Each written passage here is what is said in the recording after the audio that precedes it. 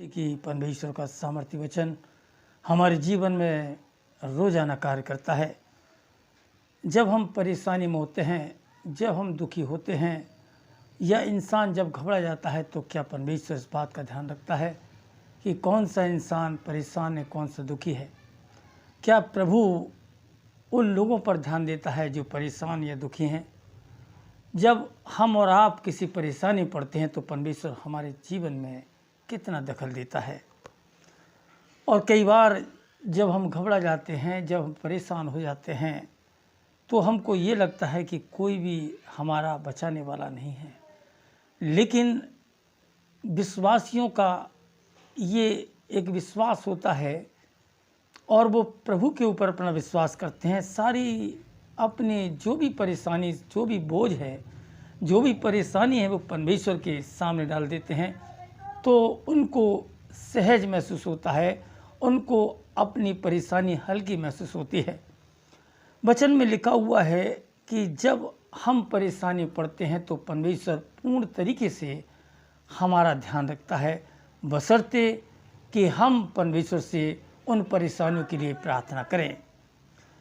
गिनती उसका 11वां अध्याय और उसकी 14वीं आयत में आया है कि मूसा परेशान हो गया और घबरा गया और कहने लगा परमेश्वर से कि प्रभु, मैं इतने लोगों का वजन, इतने लोगों को मैं अकेला इनका भार नहीं उठा सकता, क्योंकि ये मेरी शक्ति के बाहर है परमेश्वर, मेरी कैपेसिटी के बाहर है परमेश्वर, मैं इतने लोगों का भार नहीं उठा सकता।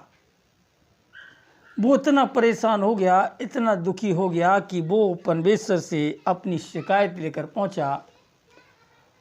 और जब परमेश्वर का हुक्म उसके सामने पहुंचा, जब परमेश्वर का हुक्म उसके सामने पहुंचा, तो अपने आप को सहज महसूस करने लगा।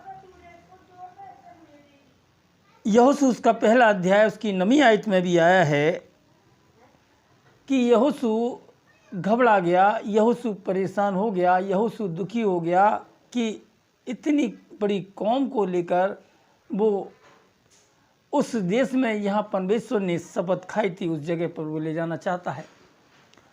लेकिन वहाँ भी एक बार यहोशू घबरा गया और परेशान होकर परमेश्वर से शिकायत करने लगा और कहने लगा कि प्रभु, मैं इतनी बड़ी बातों को, इतने बड़े बोझ को मैं अकेला कैसे उठाऊं?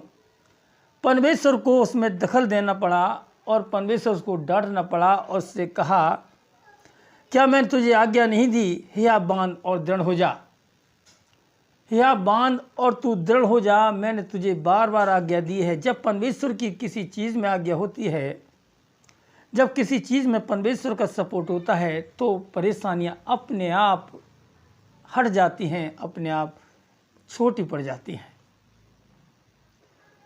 लूका 8:43 में भी यही चीज़, एक स्त्री जो उसको रोग था और परमेश्वर को मालूम था, परमेश्वर ने खुद इस बात को कहा कि मेरे अंदर से एक सामर्थ्य निकली है।